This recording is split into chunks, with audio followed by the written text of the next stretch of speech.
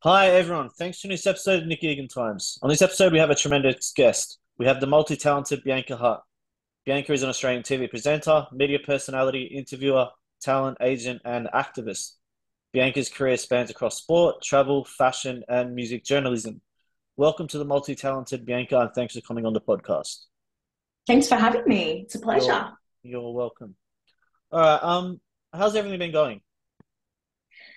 Honestly, it's been pretty tough lately. I think there's a lot going on in the world at the moment, and it's kind of hard to, I guess, embrace your successes and your wins when a lot of the world is in sadness at the moment. So yeah, it's a bit of a different sort of energy, but yeah, I've been getting through it. Yeah, it's a very crazy time at the moment, that's for sure. Yeah. All right, let's jump straight into it.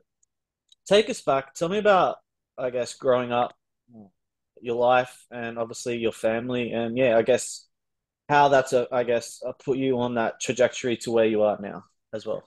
Yeah, of course. So based off background. So both my parents, my dad is Gamilaroi and Barkindji man from New South Wales and Victoria, and my mother is Balalang and Wajak, which is from WA. That's two different sides of the country. Somehow they met in the heart in Alice. That's where they had my oldest sister, and then after a bit of moving around different sides of the country, they set up base in Brisbane, Meanjin. So yeah, I was born and raised there. I have two siblings, a younger brother who's about 19 months younger, and then my sister's about 7 years older. My dad decided when the year I was born to go to university. So both my parents only have had around a grade 10 level of education. So dad going to university was actually the first in the family. He kind of set that foundation that education is important, and it was going to be the thing that pivoted, I guess, our family story and where that was going to go. So yeah, I kind of grew up with university as my playground, which is a very unique sort of environment, I guess, not only for myself, but the kids around me. A lot of my kids that I went to primary school and stuff like that with, a lot of their parents weren't actually at uni at the time either. So it was just like a different sort of thing to navigate. So I would say, like, early on, those were the conversations that were being had. We were in a higher education sort of space constantly. Mum and dad were always talking about these different things and how education impacts us, and why it's important. And I think growing up, it was kind of like almost for me, not graduating year 12 would have been almost like a disrespectful sort of thing. For me, like, it's not like my parents ever said to me that you had to graduate grade 10, but I think because they didn't get afforded that opportunity, and also the generations before them as well, didn't have that, my sister being one of the first in our family to graduate from grade 12. I just knew that that was kind of my thing. But even though both my parents went to uni, so dad went, then mum went to uni, and then myself and my siblings also. So it kind of carried this like flow on effect. It's probably one of the first things you see in our family's home is pretty much a wall full of our degrees. Is about 11 degrees between five of us, which is pretty cool, and it doesn't define us by any means, but it's something that no one can take from us. And I think that is probably one of the most important things about education. One of the driving factors for myself is knowing that I have this and no one can take it from me. And yeah, so it's been like, that's kind of been a bit of the journey, I think, growing up, but also just knowing that myself, even though both my parents went to uni, I was not academically inclined. I didn't find school exciting. I didn't really like doing a lot of the things that came with school. And that was from a bunch of different reasons, realistically, whether it was not having enough support from teachers, not getting along with peers, everything in between. It can kind of have that impact. So the things that I really enjoyed growing up was music and dance and creativity. My dad was a musician. Well, he is a musician as well, as much as he works in health and everything. I grew up, listening to him playing the guitar and going to sleep, waking up and going to sleep to him playing guitar. So it was almost like a natural thing for me to be a little bass player in school. And I really loved my music teacher at the time. So that was kind of the thing that I really enjoyed, is in embracing music, embracing creativity. I think out of the whole family, I'm the quote unquote creative one, the unique one, the middle child, that got to do all of the fun things. And yeah, so that was kind of a bit of the journey, going through those years. And then I guess once it got to high school, again, not crazily academically inclined. I didn't like a lot of the things. By the time I got to 11 and 12, years 11 and 12, sorry, I pretty much only had five subjects at school. I did maths, English, because those were the things you needed to do. They were compulsory. And then I had dance excellence, and food studies. But I had two jobs in grade 11 and 12. I worked at good old KFC, and I also worked as a trainee at Commonwealth Bank. And that was for me how I was going to get into uni. I knew I wanted to go to uni, and there was alternative pathways that I could look at. But to show that I had that dedication and determination, I guess, to go to uni was the thing that I needed to show and prove. And having a few jobs, juggling school, doing all the performance side of things. I did a few little leadership things as well during that time. It helped, I guess, the university know that I was someone that they should kind of engage and bring on board. And I'm grateful that that was the case, and that I end up, I guess, being one of the people that could be afforded the opportunity to go to a higher education. But yeah, the way that I got there was obviously a bit different to others. So I knew I was in uni before most other people. In my grade, I didn't do the traditional ATAR OP system. I grew up in Queensland, so we had a different system to New South Wales, and Victoria and stuff. So yeah, I guess that's probably the easiest little roundup, I guess, of my upbringing. But yeah, happy to explain any of that further. You've really articulated that, and something that really strikes me is your confidence. I guess that's a question. Where do you get your confidence? You come across extremely confident and very articulate. Where do you think that stems from? Um, I think there's a few different reasons. So I would say growing up, I wasn't necessarily the most confident person, in the school grounds, outside, or anything like that. I was probably more confident at home, which I'm lucky to have a family that fostered that. One, that creativity and just expressing ourselves and being who we want to be. But unfortunately, 90% of the time as a kid, you're growing up, you're at school. So if you have kids that kind of push you down, tell you you're different, all of these different things that come with, I guess, being, a Black person in this system right now, I think that was a really difficult thing to come to terms with. I was kind of always taught to suppress being who I am, and that being who I am was so different that, no one would want to see it or be around it. And I think that was really difficult growing up. So I think when I was performing, like when I was playing music in the band or singing or, dancing, that was almost an escape.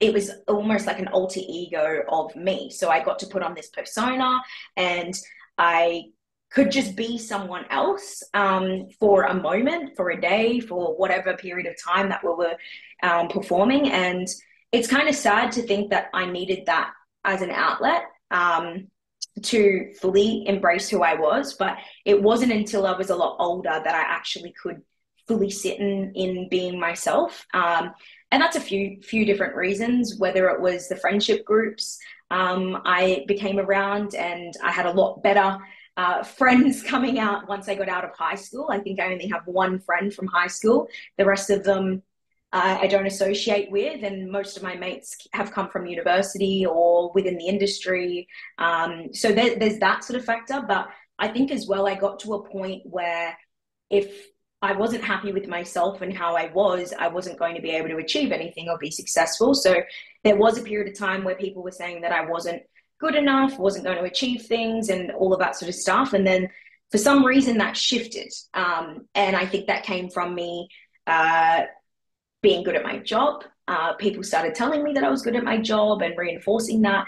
And it is hard when you go to school and stuff. And if you are told that you're not good enough, you will believe that. And so once that starts shifting and people are telling you you're good enough, at some point you need to start believing that. And I think that's definitely come over the last decade, I would say it's been a growing process. Now I'm quite sure of myself. There is definitely times where I do question it, whether it's from the industry, whether it's from my surroundings or people that have been around me. But I'm not too 100% sure when that shift happened, but I think one of the main reasons why I started becoming very confident in myself is when I actually started in media. So it's that sort of thing where for all those years when I was younger, I thought I had to be someone else in order to be taken seriously or for people to enjoy my presence or love what I have to say or do was because of like an alter ego.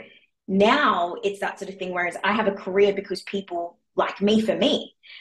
So, I'm not sitting here being like I'm, some other person. It's like, okay, I have an audience and I have a following because I'm Bianca Hunt, not because of anything else, if that makes sense. So it's like I never went into stuff like acting or which I probably eventually will, but I think if I had gone into that before I knew myself and before I was confident in myself, I think I would have always been chasing to be someone else. And so I think that confidence has definitely shifted in the last few years since being in television and being in, I guess, the quote unquote spotlight of people coming up to me and being like, I really enjoy you for you. And so, yeah, I think that's also contributed to my confidence and just feeling more myself. It's really you're really inspiring too. Like, just explaining that. Yeah, it's really inspiring. And then I guess that brings me to the next question. Obviously, you're a proud Indigenous lady. Um, Mm-hmm. what without getting obviously too political too. How how does it I guess sit with you obviously being that, and how do you I guess see the culture and the future of being an Indigenous lady, especially you're an inspiration to the younger generation, and you're really representing I guess your culture. How does that sit with you, and what does that mean to you and represent? Yeah, I think there's a few different things. One thing, especially when I came into media and I was offered my first job on Yokai, I kind of sat with it for a little while. I didn't accept it straight away because for me, I had to sit there and be like, ask myself a few questions. One, will I be able to handle being in this industry that is so predominantly white male led? And will I be okay with the backlash that will come from being a visibly black woman in the Australian media landscape when there's less than 1% of us that are here in this industry? And also, will I take on an obligation to represent my community? And there's a few things that come with that. One, I have always committed to speaking on behalf of myself and my lived experience. I will never speak on behalf of First Nations people in general. I think that is a disservice in a sense because I only have a certain level of experience. I also have different levels of privilege compared to other people as well. And so there's a lot of things and considerations that come with that. But on the other side is knowing that I am coming into this landscape as a visibly black woman, that is providing representation regardless of what I say, what show I'm on, where I am, and that is important. Myself didn't grow up seeing a lot of First Nations mob that looked like me on the screens, in shopping centres, just in general in this creative industries landscape. And it's pretty incredible because, of course, we've had a very long standing of amazing First Nations creatives who have led those paths for us.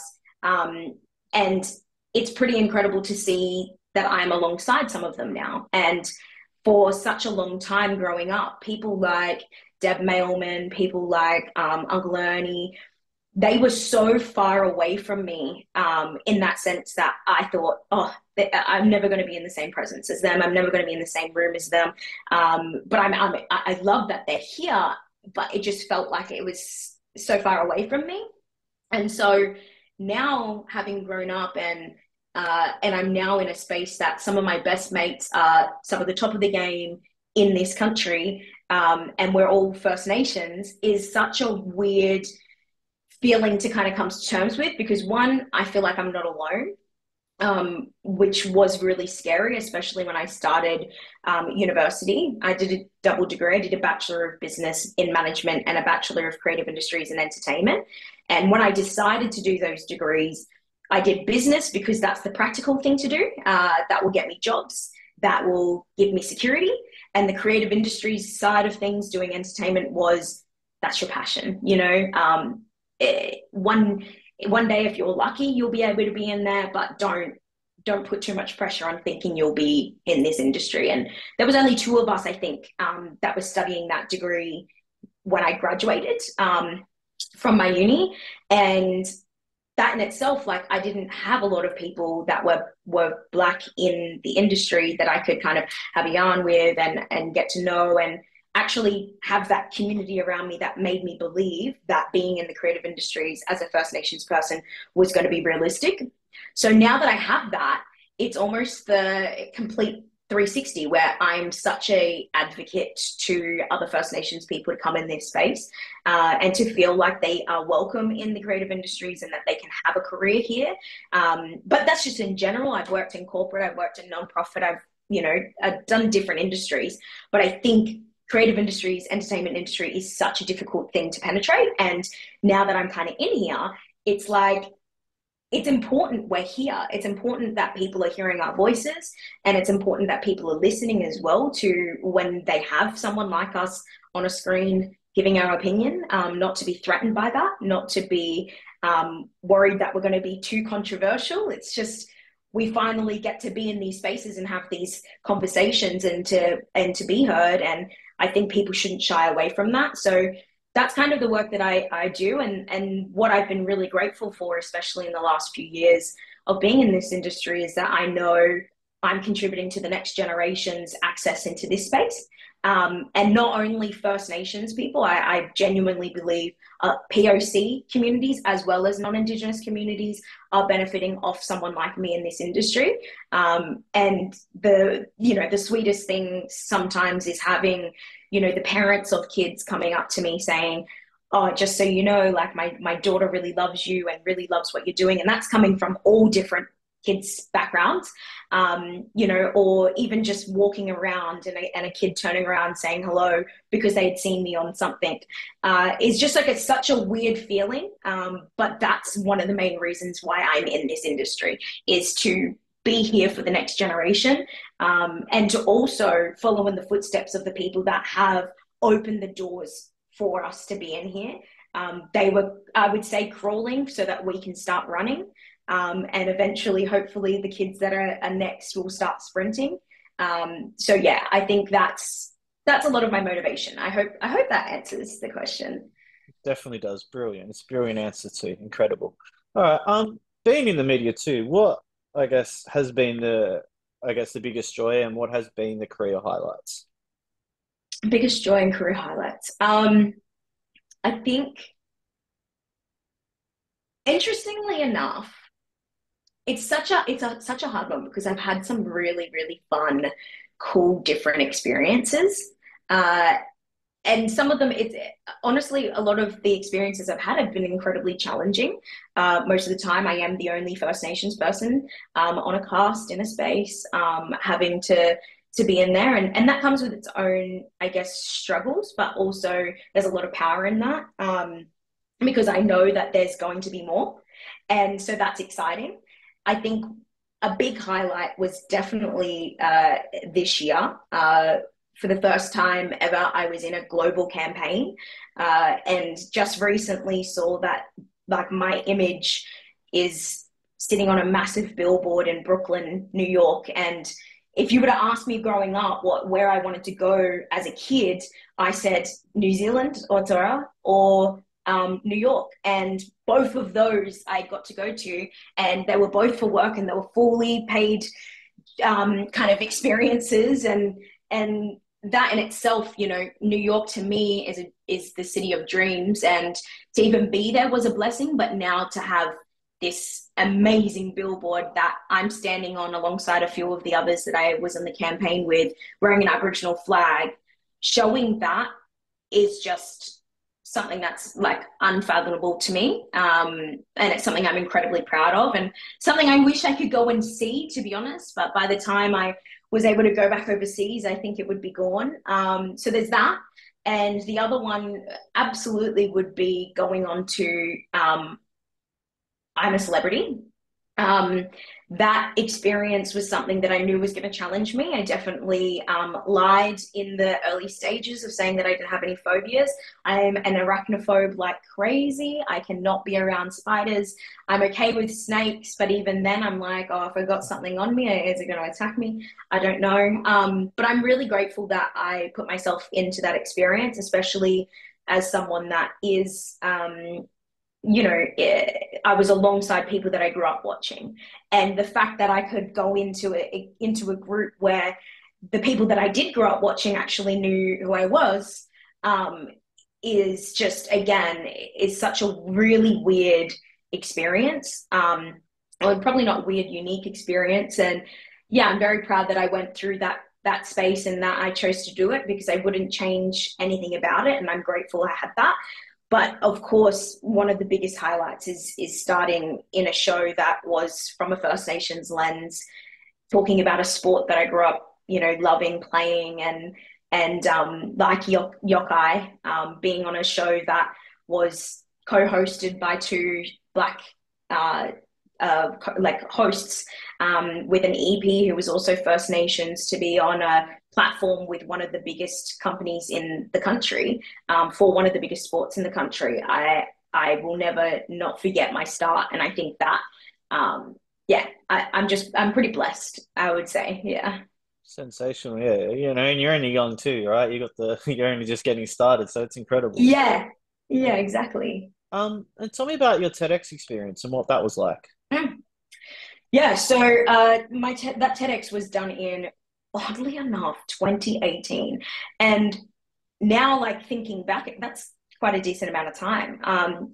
So that role, the reason I did the TEDx is I was a co-CEO of a nonprofit back then. It was the year after I graduated university, 21 years old, and my uni had asked me, "Hey, we think you'd be perfect to do a TEDx. What do you think?"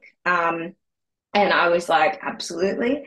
Regardless of if I believed I was ready for it or not, I didn't want to back down because I believe opportunities don't come your way if you're not ready. So to me, I was like, let's do it.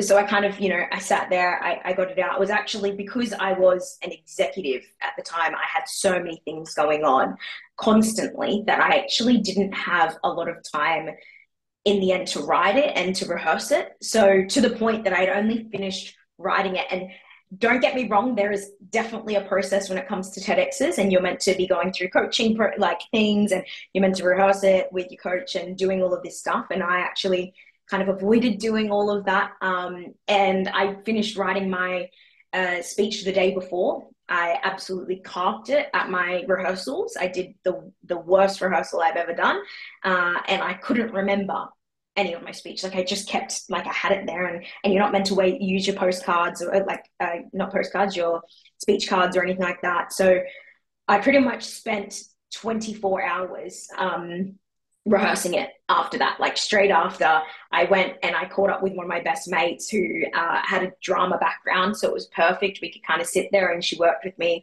on kind of getting everything right. And from that process, I went the next day to the uni, and it was in a theater.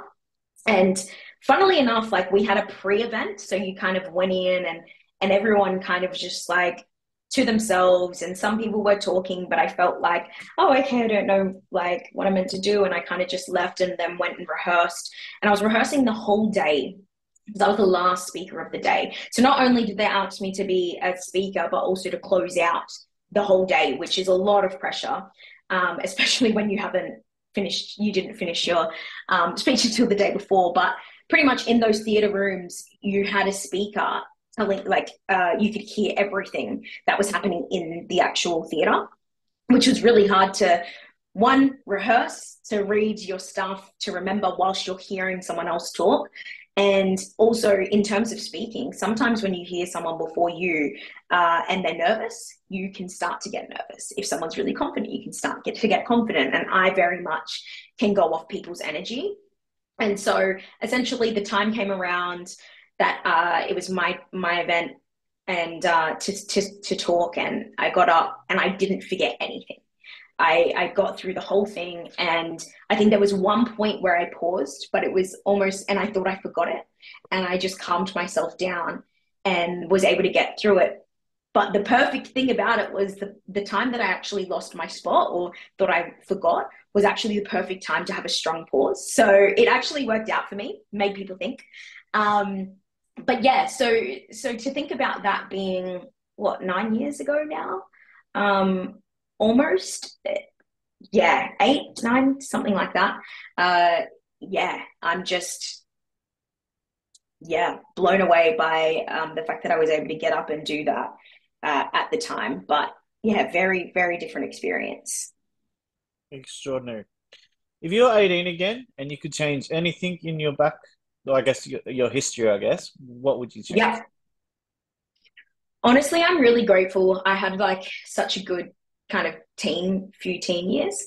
Uh, but and I'm not a big person on like regretting or wanting to change things. So I don't think there'd be a lot of things that I would change, but I would have probably advised myself to like not be so closed off to love. I think that's a big one. And I know like when you're 18 and stuff like that, you can be a bit of the young, dumb character and do all that sort of stuff. And I personally didn't do that. So that's probably the one thing. But at the same time, I think that's also helped shape me. Focusing on my career instead of other external relationships actually has helped me be in the position that I'm in. And I think ultimately the decision to not do that was better in the long run. I grew up with two parents who were teen parents. Like I didn't want necessarily that to be for myself. So I think I really focused on getting a career, doing all of that, setting myself up, and that's worked out for me. But I also kind of wish I had a bit of a young dumb era as well. So that's probably the only thing that I would have changed. Wonderful. Bianca, thank you for coming on the podcast. I do appreciate it. It's amazing what you've achieved, and your trajectory, as I said earlier, it's incredible where you're going. And yeah, I look forward to watching you closely. Of course. Thank you so much for having me. You're welcome.